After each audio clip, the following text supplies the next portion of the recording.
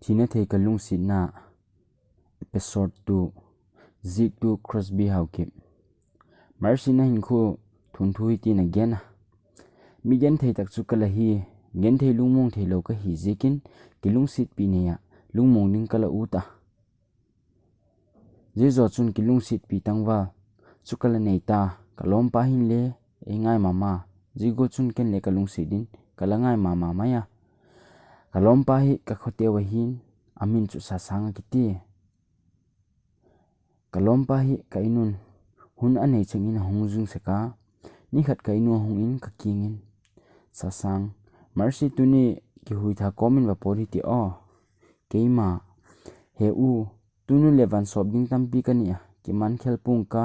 nidang zo hile mo sa sang chuti chwa hi le a khok pui laman ni pha le po nai ti le mo keima til nang tuni bang bol ding mo sa sang laki man lawa ipo thilo ding hi le bang le ki bol ding he ina ki mogum ta venti atin ama le ji chun achi paya ni ta ki na hung in kanu kinga to le ta in tin again sa sang nuning marsi ke man hoita ka ki sim ding ni khat ni pha tak le in sung num ka sim pi ding hi tin again kanu ole ole ha simin sim thei le hin adim mo nang marsi hi ti del dul hi sa sang as bang maloin gen kinuni ji bang ka ngaya nang gel gula hi poi tin kanu kinga ei lungsil le ei ngai dan again kanu chu to akidai un ka bon un ki ho thei takin kanui khom u sa sang ka ngai na chu asang do dowin ka ngai do tamaya ka insung mi ten sa sang to ei doi sakun nu le pa insung mi te jika lungsi din khu gen thei in kom ka sampoi sa sang in le ina hung pha le ke sain ke insung mi te lung a ho zo zik le hi na ni khat sa sang to kapot un khomul in ki chun hum ta in ka ki holum o keima heu nunu na hung mong lo dan o iki chenga insung si sim ding a gela hi le sa sang now nunun zigula chu gen le lung neu kin o ko buki mum dik ding heme ko ma anop sa sa le au sa sa ping di hem keima ahin la u nunu na hunglung si taklu jika again ei o no mo sa ke ki o u sa sang nunu nei lung si jikin ka ki pa hi atin je zo chun ka kingin naw hungo ithanga khun theimin walo hi ti atin ka chi u amun ka tung u chun theiga ho chu amin thei ma ma jinga theiga chu ka ne ku a hi le theidang to akibang hil pun athum dan le tuidan alam dang ma ma jinga hi theifung chun chomkhat ka ki chu un keulama chun mitin in thingtang lo bol in ne ka hol sek o sa sang la in sung mi ten le lo bol in sa sang to ka kilom sek ui tigul chun kilung si takin ka ki thu sek un chom lo kalin ka khosung mi pi te win le ka ki ngai u aung hevek tawa sa sang chu in sung gen thei naziki in school te ka jom thelo in school te a haita ke wang kanun lamka school e kai sakin kanulin te ki ni sak hi sa sang tom khom chu ke ya ding in lungthim nap na pen chu a hi jipha chun sa sang to ki khen khak ding kalaw mama a hi tigola sa sang ka ngai ta lut pha chun kanun ka king in boy sa sang ngai to lukin la suti ki chaina ding anai tai la thim jina lam zun din ki khen leu chun gen thei ta luding le hi ama la hong zui thei pun tin kanun ei thu hila kanun ei ha hilai si sa sang ka ngai na ling deu deuin akhang za zatin ka he ahin thimjil ka hijikin alo thilowa ka thimjina lam ka zot ngai te ding a hi ti ken le ka ki head in jijik chun ka thimjina lam a ka chi ding hun chu calendar in ka enin ka chi dini hun anai tak zikin ka thom hawin ka lungthim again thei panta ni khat sa sangkin ka chi in akin ka ngai dan le ka lungsi dan thu ka vagena keima heu thuleng thepna tampi hungumina ki khenna ding thulam leng hui gulin hungnung le keidin lapang zo na dim sa sang now leitu dot chu leimung lo tu ne e mung in now keima heu kilung sidin khuwa lung neu lo thei ka hi poi keiwang nang to ki khen zo pung ka tin akinin kana in chapang gulin ka koya chun ei thamun in ka kingin sa sang now la thiam zil na lama la chi te te ngai ding a hi a hin boy lung yo hi mi kin ke mi gen the hin nang sang o hoi zo le phazo khoi kila kin khalati ham nang beb la hin nang chokla hi ken ka ngai kalung si ken kom na thing tang ga min thei top su in pangkatin nang le la thiam zil nan thei top su in panglatin yum na mun gelin ki gel dok sing in ginum jing hi ti boy keima ai chula mo u zon lingin achina mun zo si alom pas sanga pasal mel hoi zole ngai jok ding lo banga hoi takin min hileng le nangula ka ngai le ka doi ding puna sasang ai chula mo naw yum na mun zo si ki gel dok jing hitin nang le dam ta in chin la atin je zo chun ngok keinu nu kol bu pu hiti atin kol pun ka pani un ka chiwa phalin ni hong chi in ka suti hong ki chain ka thim jin na lama ka chi ding ni hong tung ta ka chia sa sang to mun sum gela ka diu ka gele ka upun ka kap a ka le sa sang nei thamun in ka kingin naw kap takin kilung si din kholam sau pi so ding na lai a hi lungmong takin na thim jin lam zon in la ha lungsit ken le ka hung lungsi jing hi ti la lung thimin koi jimin gel jing kap takinaw tin ka thi ai the hul pigin ki khan taw lamka ka tung chun lung hel nan e bomin ko sangain ka mi thi agu kin apo se hi ka ki gel sekin achang la agu ka in lam zoda ko sang to ki ching jing ding ti lung gel ka ni se ka hi lung him ki cholman lo ko pin lung gelin ka hin khu ka mang se ka kalung si pen ngai jing pumin ka thim jilna nisin ka zon se ka hi khovela pasal mel hoi le hawa tama malikia din ko sang ti lo ngai dang ka nei thei pon ko sang khel din ko ma poi hun sinin kalung thima lo dim jing hi aung hel dang wal tamin a hin khachan ko sang khel thei pu hi tang walin ei hung hel le akingun ei ngai dam in kilung sit pi ka nei tai tin lung thieng takin ka don hu jing se hi a hin kain sung mi kanulin nin ka king in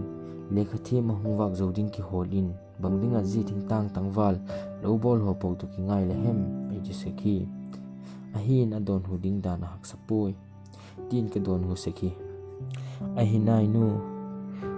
pathinin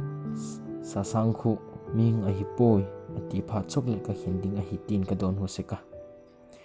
ei ki pak sak ding sum le pai hi pon lungsin na dik tak e chan pa chu ka hi ei ki pak sak chu tin ka in sung mi te ka nial sak hi ka in sung mi ten bang gen lo le ka usanga din ka pang de jing a ka usang le ke gula apang de jing ding ka kinem hi aman le ngai mama in e ngai phal le ka inu achi sekin kanu ki ngin avum se ka hi kanun le lungsita ajik chu kanun ka chanun alung sit pen chu ken le ka lung sit a hi ajik chu ka chanu alung sit chu ken le ka chanu ka lung sit zala amana doya ngai chu ken le ka lung sit ding a hi tin kanun against hi jijik chun ke le ka usanga din anum chumin lungmong mama a hi chule kanun ka usanga til kho sekin ama cha golin hel sek hi ni khats ka usang lung hel ta ka aumin thamon ding tin ni danga theimin ne ka chinamun o khan lung helan anem khak le tin awachia achina chun chikala umin je chikla ka chun pak cha hoi ta khat ala pakin ke pak cha doi mi le pak cha lung lut mi ka hi jik chun kia ding tin ahung bata in lamin ahung pon a in kingin atuwa wang phat takin pak cha chule hoi takin a hing a apak le a hoi mama a hi bang pak cha hi wang kuman he pu hi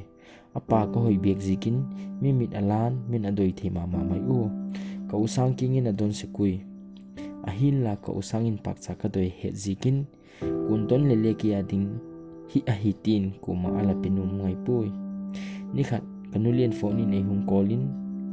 pak cha kia ding a koi thu chu ei gen in ka ki pakin ka ngai deu deu in ka ki pak na le alin di hi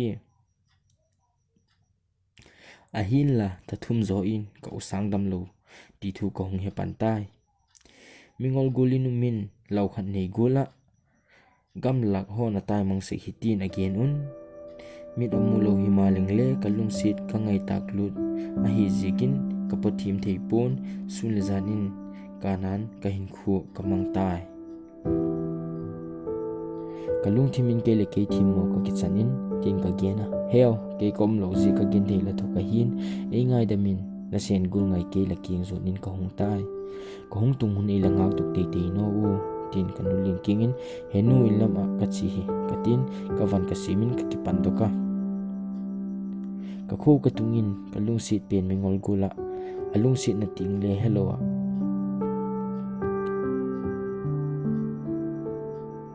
ka uchu kamu in kalung thimanan aangin kangol ka tamai hi kanaya ka koin ka kapin ahin ku ka hi e hetapoi he u pangti dam lo lehem kele ngai talu ahem tin ka kapa ahin e dong thi dik tapoi ain kol thim ding mi ka holun ahin kuman alo je he pu hi jijik chun kalung thimana dikin aman la e ho tapon ilung sit na thu gen in akamakik thi tapoi kaya din kalung sit ka ngai ka koi bep chu ka bol the hi tai ka koi phat le naw alum hi ati tapon kaya ding in suang tum abang tai adam lo deu le kalung sit na asang deu na la hi ka khowa chun tek se pu kum zawal khat awmin ahi ni khat aking ka chin aking in ka kapa chun aman ka king in tek se pu dunu bangding a kap lehem 18 jizo chun ka usang dam lo dan aking ka gena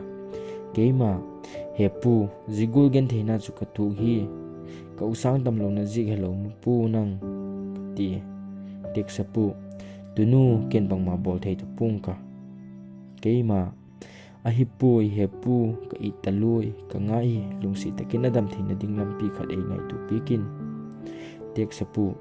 tunu ken le adam thina ding lampi ka hedik pui atin jizo chun akeng ka tun ka kapina king in keima ahipui hepu lungsi takin ei hung pan piin ti aking in ka kapa ka ha ka pha chun tunu thowin 18 mungkhat in ei hung puin ka king in tek sapu sasan hung choi pak cha chu chika cheng ani nu le ani pa ki cheng na dinga ki khaw khina khat a hin aman pak cha chu ahung choi do phada nu mei nun pasal pa chu a khen a hitai aki khen phat u chun pasal pa alung nan sasang hinna ala gut a hi nang le ken hepin ngai len le bol thei bang ma inei poi keima kanum poi ka usang hin khula thei puna ka it taloi ahuk do na ding khat bek e hilin he pu tin ka kapa tek sapu lampi khat so ka hi ji chu bol ngam ding la hinam tunu keima i he pu bol ngam ding ka hi ka usang dam na ding a hi phol le tek sapu nga in ji gol ding hi a hi tai la lompa hinna huk do ding la ti a hi le nang jok la ki pik do ngai ding a hi ku hinna jok la item ama hinna huk do ding la ti a hi le nang hinna la ding a hiu atin ka usang la ka happy ngal in ka huk do ut ngala a hin la kanu ei hing tu nge la ka happy in ka ngai boka ama ge lo thelo ka hi poi hun som khat lungim takin ka umin ka ki gela atopa topin hinna huk do chu thil pha a hitin ka usang dam na ding a ka ki pedok tai keima hepu pel theilo a hi le ke hin khu jok pedok tang ka tin ha ka in ka kapa tek sepu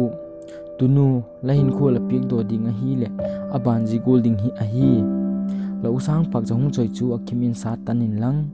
akung suzumin la ji zo chu le tuilung ge khun chin la sung pi chung khat in chun lang la choi pak cha kung hem chun la lung chang lai tak dot in chu ti le nang thin la tin la usang dam min tin hing ding a hi atin azingin tek sa puai gen gulin pak cha chu katan in akung ka su him a ka usang ka mu top na din aking in ka chia pak cha ka choi pum chun ka usang ka koya